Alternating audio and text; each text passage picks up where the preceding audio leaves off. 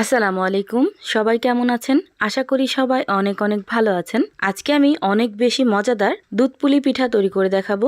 এভাবে দুধ পুলি পিঠা তৈরি করলে কোনো রকম খেজুরের গুড় প্রয়োজন হবে না, আর কোনো রকম গুঁড়া দুধ ছাড়া অল্প একটু লিকুইড দুধ দিয়ে মজাদার এই দুধ পুলি পিঠাগুলো তৈরি করে নিতে পারবেন। এখন কথা না বাড়িয়ে দেখে নেই আমি কিভাবে মজাদার এই দুধ পুলি পিঠাগুলো তৈরি করলাম। প্রথমে আমি এই পিঠার জন্য নারকেলের একটা পুর তৈরি করে নিব। এজন্য হাফ কাপ পরিমাণ খেজুরের গুড় আর 2 কাপ পরিমাণ নারকেল কোড়া দিয়ে খুব ভালোভাবে মিশিয়ে নিব। আর একটু সুঘ্রাণের জন্য একটা দারচিনি দিয়ে দিলাম। এখন কিছুটা পরিমাণ পানি দিয়ে এই নারকেল আর খেজুরের গুড়টাকে গলিয়ে নিব। নারকেল আর গুড়টা যখন খুব ভালোভাবে মিশে যাবে তখন কিন্তু ঠিক এইরকম কালার চলে আসবে। এখন যতক্ষণ না পানিটা শুকিয়ে যাচ্ছে ততক্ষণ রান্না করে নিব। আর এই দেখতেই পাচ্ছেন একদম পারফেক্টলি পানিটা শুকিয়ে গেছে। এখন এই নারকেলের পুরটা আমি নামিয়ে রেখে দেব ঠান্ডা হওয়ার জন্য। এখন আমি এই পিঠার জন্য ডোটাকে রেডি করব। এই জন্য 1 কাপ পরিমাণ লিকুইড দুধ নিয়ে নিলাম। দিয়ে দিলাম 1 চামচ পরিমাণ চিনি, দিয়ে দিলাম পরিমাণ মতো লবণ। এখন এই চিনিটাকে খুব ভালোভাবে মিশিয়ে নিব। আর দুধটা যখন খুব ভালোভাবে বলক চলে আসবে ওই পর্যায়ে এসে 2 কাপ পরিমাণ চালের গুঁড়া এখানে দিয়ে ঠিক এইভাবে খুব ভালোভাবে মিশিয়ে নিব। এ পর্যায়ে এসে চুলাটাকে আমি একদম লো হিটে করে দিব আর ঢাকনা লাগিয়ে ঢেকে রেখে দেব কিছুক্ষণের জন্য। প্রায় 10 মিনিট পর্যন্ত ঠিক এইভাবে আমি ঢাকনা লাগিয়ে রেখে দিছিলাম। আর এই ডোটা কিন্তু এখন একদম পারফেক্টলি রেডি হয়ে গেছে। এখন কিছুটা ঠান্ডা হওয়ার পর হাত দিয়ে খুব ভালোভাবে মথে নেব। পিঠার এই ডোটা একদম পারফেক্টলি রেডি হয়ে গেছে।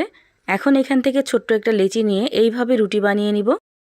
আর যতটা সম্ভব এই ডোটাকে খুব ভালোভাবে হাত দিয়ে একটু মথে নেবেন, তাহলেই কিন্তু পিঠাগুলো একদম পারফেক্ট হবে বা বানানোর পরে ফেটে যাবে না। রুটিটা আমি ঠিক এইভাবে পাতলা করে বেলে নিছি। একেবারে বেশি পাতলাও করা যাবে না। দেখেই নিশ্চয়ই বুঝতে পারতেছেন আমি কিভাবে পাতলা করছি। এখন একটা গ্লাসের সাহায্যে এইভাবে কেটে নেব। এইভাবে কেটে নিলে সবগুলো পিঠা কিন্তু এক সমান হবে।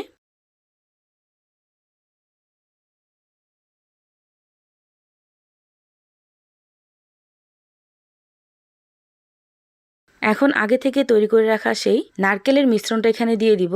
আর ঠিক এইভাবে খুব ভালোভাবে মুখটাকে বন্ধ করে দিব।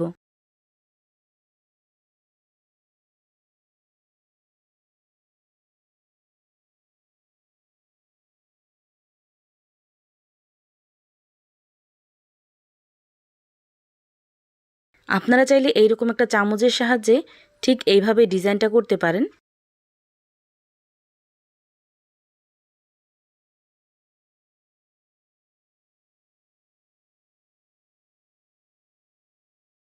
আবার চাইলে ঠিক এইভাবেও এই পিঠাগুলো তৈরি করতে পারেন কোনো রকম ডিজাইন ছাড়া। আমি এইভাবে পিঠাগুলো বানিয়ে নিব।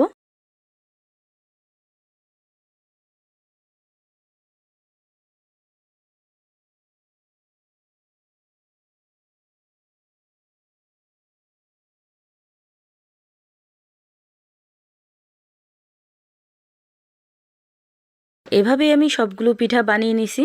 এখন এই পিঠাগুলো আমি রান্না করতে চলে যাব। এজন্য হাফ লিটার পরিমাণ লিকুইড দুধ একটা হাঁড়িতে নিয়ে নিছি।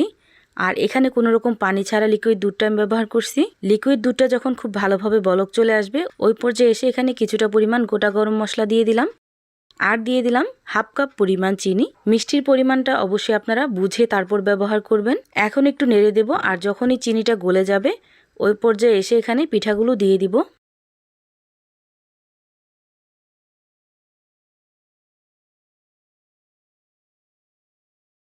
সবগুলো পিঠা এখানে দিয়ে দিছি। এখন কিন্তু বেশি নাড়াচাড়া করা যাবে না। ঠিক এইভাবে আমি 5 মিনিট রান্না করব। আর এই 5 মিনিট চুলার আঁচটা থাকবে মিডিয়াম টু লো হিটে।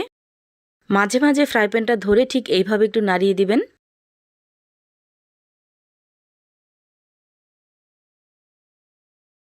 এই পর্যায়ে এসে দিয়ে দিলাম কিছুটা পরিমাণ লবণ।